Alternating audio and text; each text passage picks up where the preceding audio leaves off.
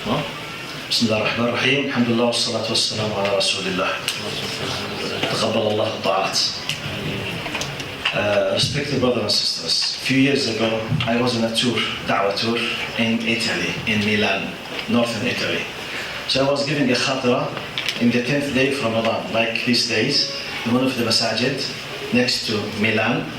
So after I finished the khatira, the Imam of the masjid, because of my talk, it provoked his memory and he said the following story.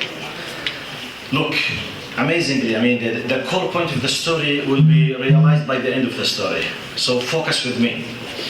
He said, a young man, young businessman, a rich Italian young businessman, he was in his way to the city center of one of the cities in Italy, I forgot which city, to catch a meeting, has to do with his business. And the meeting was planned previously to take a few hours. This person, he was a heavy smoker. He was an addict on smoking. So he looked at his pockets, he discovered that during the meeting he will finish the cigarettes. And when he leaves late at night, he will find no place to buy cigarettes to continue smoking at home. But if he stopped to buy cigarettes, he will not be able to catch the meeting. It's a business meeting related to a lot of money and he's heavily related to this and he can't be late. So he was confused. You know, he's an addict for smoking. Shall I stop, be late, catch the meeting, lose the cigarettes? Then he remembered that there's something in Italy. There's a big number of Moroccan brothers who work there and they get into the Moroccans, Egyptians, other, but the majority they are from, as we say, Maghreb al-Arabi, you know, from Tunisia, from Algeria, but from Morocco especially the highest number. Many of them seeking the rizq, seeking some kind of, you know, some kind of work to help their families, and they are not able to have legal visas. They go there illegally. So they can't work at daytime because the local authorities will capture them and either will, you know, remove them or will put them in jail. So they work just at night. What they work, you know, simple tables, booths. They buy this kind of simple stuff, sometimes chewing gum, you know, cigarettes, you know, simple things for the people. We call them in Jordan tagatiq نسميها. You know, شو ترجمة tagatiq هنا؟ دكتور ياسر tagatiq شو ترجمتها هنا كندا؟ تكاتيك؟ okay, تكاتيك. Sometimes you have untranslatable terms, okay? So you know, it's kind of simple stuff. So he remembered that it's a very well-known habit at night, whenever you move in that city at night, all supermarkets, all shops, they are all closed, but Moroccan brothers, they buy these things, so okay, he remembered that he can buy it, okay, no problem. So he has some kind, he guaranteed to find someone to buy cigarettes from him. So he left, he finished the meeting late at night, everything was closed except those brothers. As he expected, he found very old Moroccan brother, maybe 70 plus, you know, by the corner selling these things. He was selling cigarettes. So just a small pause. I am completely with the opinion of now smoking is haram and selling and buying cigarettes is haram, I personally, okay? But this is not necessarily that everyone is taking with this fatwa. So the fact that I'm narrating this story has nothing to do with me supporting or rejecting, because I'm with that opinion, okay? But I'm narrating the story as I received from the source. So, we continue. Now, when he finished, he found a Moroccan brother. He try to imagine now what happened. He gave him €1, he took the cigarettes. Immediately, that Moroccan brother, he did something which is common in many Arab countries, including Egypt, sometimes in Jordan and Palestine.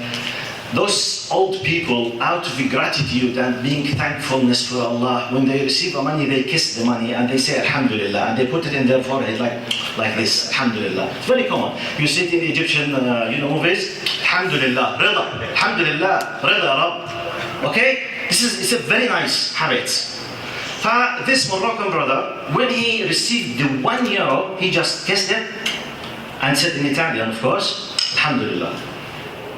The reaction of the Italian businessman, very rich, young business Italian man, he said, hey, why you are thanking God? It's me who gave you the money. Why you are thanking him? The Moroccan brother said, no, you don't understand it. Just, okay, it's from God, not from you. He said, are you crazy? I have just handed it to you. He said, I will not waste my time with you. It's from God, not from you. Go away in your head, okay? He said, are you crazy? He became very nervous. I have just given you this money. How come? It's not from God, it's from me. The Moroccan brother, the very steadfast, the very strong, he said, look, this is rizq, this is sustenance, this is blessing from God. You are just small reason. God sent you to me. Don't argue with me. He wanted to say, look. If this is not from God, can you tell me why you did not buy your cigarette from any supermarket during the 24 hours? Why you came just after 12 at night to buy from me? God sent you to me because this is my rizq, whether you loved or not. Now, this very powerful stand pushed that it seems he's a Catholic, but not a practicing Catholic. He's not an atheist, okay? He's a Christian, but he does not care with his religion. But generally, like we have Muslims, they don't care with Islam. So out of a sudden, imagine as if the time has been freezed.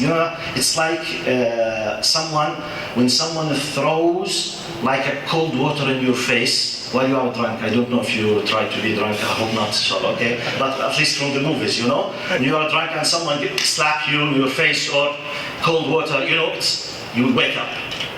He said, you know something? I'm a very rich person. He's a Christian.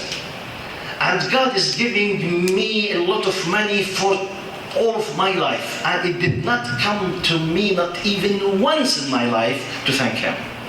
And you are thanking your God just for €1? Wow, how rude I am. But look at myself. This caused him to think about the religion of this person. What kind of system that you have here that makes you feel the gratitude and thankfulness for your Lord for this simple thing? What is it exactly? He became interested. This was the beginning of a journey. He became a Muslim later on. Now, this part of the story, I'm sure from it. I took it directly from the source. Now, after I finished, someone else told me, but I could not check to make sure whether true or not, because it's a huge and very important, but I'm not sure. So don't take it for sure, because I'm not sure, because I forgot the name. It was about 8 years ago, and I was busy. I was in a hurry, and he told me about in Italian language. I did not memorize the name. I forgot. I was told by someone else that this person, after he became a Muslim, he spent many years of his life educating himself in Arabic till he mastered the skills of Arabic, and he translated the Quran into Italian. I'm not sure 100% because I could not have the opportunity to check this 100%. If this is true, can you imagine? Who's our hero in our story? The Moroccan. 1 year. The attitude of gratitude, being thankful for Allah subhanahu wa ta'ala. He realizes that the rizq is from Allah, not from anyone else. Look, simple, alhamdulillah. So I'm not discussing the number. I'm not discussing this. I'm discussing this and this. Do you believe that the rizq is from Allah? Do you thank Allah for subhanahu wa ta'ala in whatever Allah subhanahu wa ta'ala gives you? Look, if the end of the story happened to be true, the ajr of everyone will read the Quran translated to Italian will be in the scale of hasanat of that Moroccan guy.